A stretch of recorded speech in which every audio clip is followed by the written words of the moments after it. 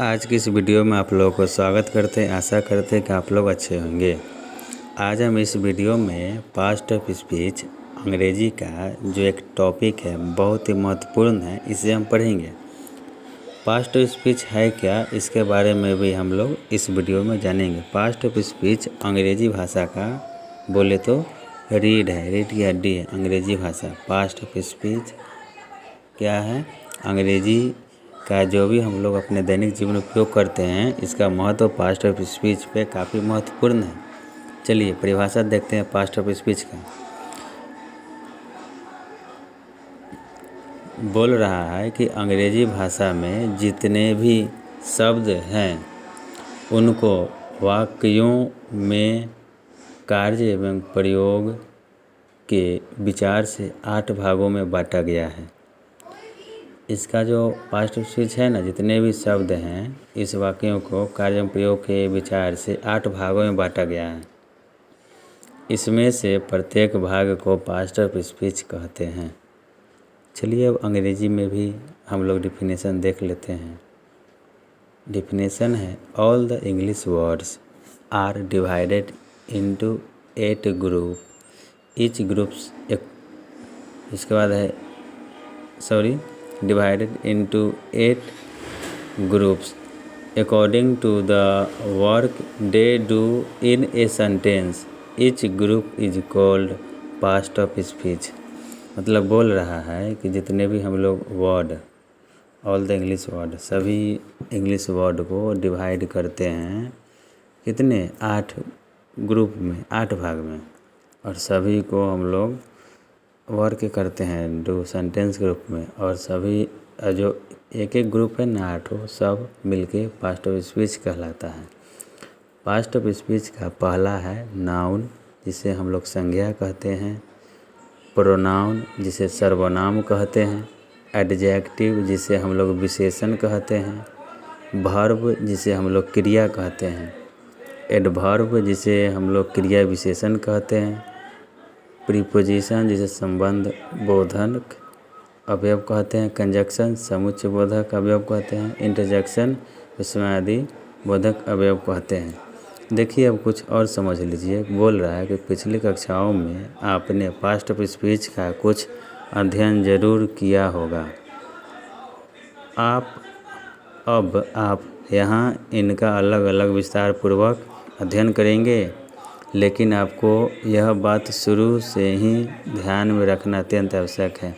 शब्दों का वर्गीकरण वाक्यों में उनके कार्य एवं प्रयोग की दृष्टि से किया गया है। अंग्रेजी भाषा में अनेक ऐसे शब्द हैं जिनका प्रयोग वाक्यों में देखे बिना यह नहीं कहा जा सकता है कि किस पास्ट ऑफ स्पीच के अंतर्गत आते हैं।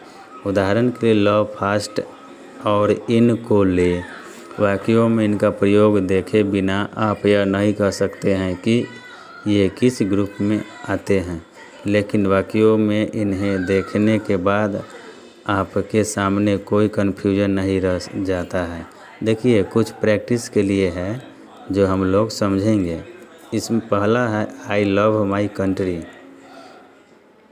तो इसमें लव क्या है? वर्ब हो गया, जबकि सी इज़ माई लव, तो यहाँ पे लव क्या हो गया? नाउन हो गया। This is a fast train, fast यहाँ पे एडजेक्टिव हो जा रहा है, जबकि द बॉय रन्स फास्ट, यहाँ पे फास्ट क्या हो जा रहा है? एडवर्ब हो जा रहा है। He is playing in the field, यहाँ पे इन क्या हो गया? प्रीपोजिशन हो गया। प्लीज कम इन क्या हो गया? एडवर्ब हो गया। उसके बाद है इसलिए आप ऐसे शब्दों को गंभीरता से लें और इसका वर्गीकरण वाक्यों में प्रयोग देखने के बाद ही करें। देखिए आप लोग यह निर्णय नहीं ले सकते हैं कि लव वर्ब है कि लव नाउन है, यह तो प्रयोग करने के बाद ही पता चलता है। अब उसके बाद आप लोग को बता दें कि पास्ट ऑफ स्पीच फिर से एक बार बता देते हैं। पास्ट ऑफ स्पीच 8 होते हैं। पहला नाउन, दूसरा प्रोनाउन, तीसरा एडजेक्टिव, चौथा है वर्ब, पाँचवा एडवर्ब, छठा प्रीपोजिशन, 7वां कंजक्शन, 8वां इंटरजेक्शन। यह 8 को आप लोग याद कर लीजिए, पास्ट ऑफ स्पीच के अंतर्गत 8 आता है।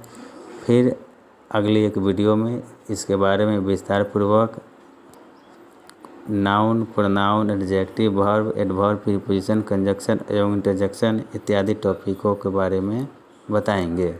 पास्ट ऑफ स्पीच आगे चल के फिर नेक्स्ट वीडियो में बता देंगे ताकि वीडियो लंबी ना हो।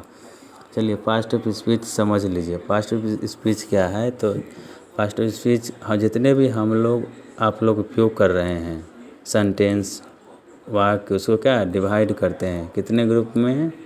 8 ग्रुप में। और वो 8 क्या है? 8 क्या है? पास्ट ऑफ स्पीच है।